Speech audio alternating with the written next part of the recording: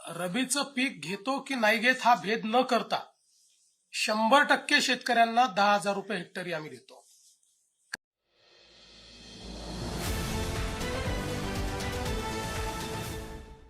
शेतकऱ्यांसाठी अतिशय महत्त्वाचे अपडेट आलेले आहेत, तरी व्हिडिओ शेवटपर्यंत बघा. येवला तालुक्यात अतिवृष्टी बाधित शेतकऱ्यांना 38 कोटींचे अनुदान खात्यामध्ये जमा झालेले आहे, तरी अजून 7,000 शेतकरी अनुदानापासून वंचित. अहिल्यानगर जिल्ह्यामध्ये 5.5 लाख शेतकऱ्यांच्या खात्यावर 1 लाख कोटी रुपये जमा झाले. ई-केवायसी मुळे 85,000 शेतकरी अजूनही वंचित.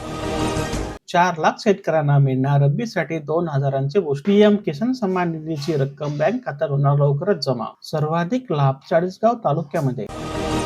नंदुरबार जिल्ह्यात सप्टेंबरच्या नुकसानग्रस्तांना 54 लाख रुपयांची मदत वितरित झाली. तसेच ऑक्टोबरच्या शेतकरी करता आहेत अजूनही प्रतीक्षा.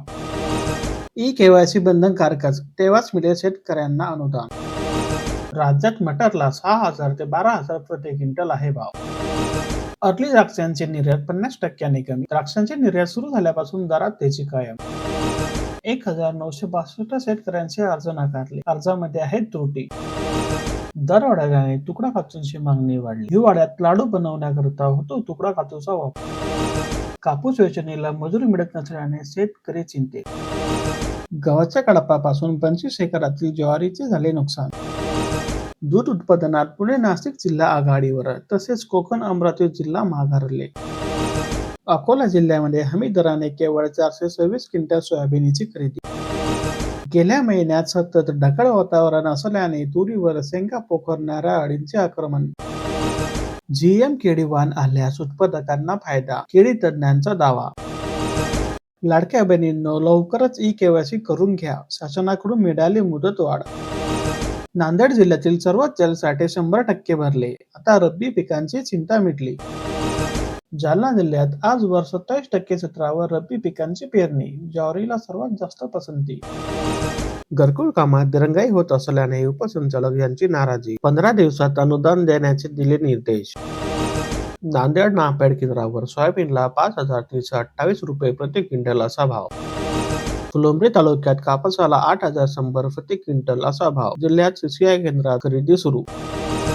बीड जिल्ह्यात रब्बी पेरणीसाठी 708 कोटी मंजूर. 13,31,000 शेतकऱ्यांच्या खात्यात 984 कोटी रुपये जमा.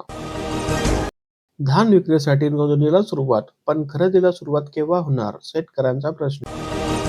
थंडीमध्ये खोकल्याचा त्रास वाढला. जास्त थंडी असल्यास बाहेर पडणे धोक्याचे. पावसाला सीताफळाच्या बागेला बसला फटका, प्रति किलो 30 ते 50 रुपये दर मिळाला. नोव्हेंबर महिन्यापासून रेशन दुकानावर आता ज्वारीही मिळेल मोफत.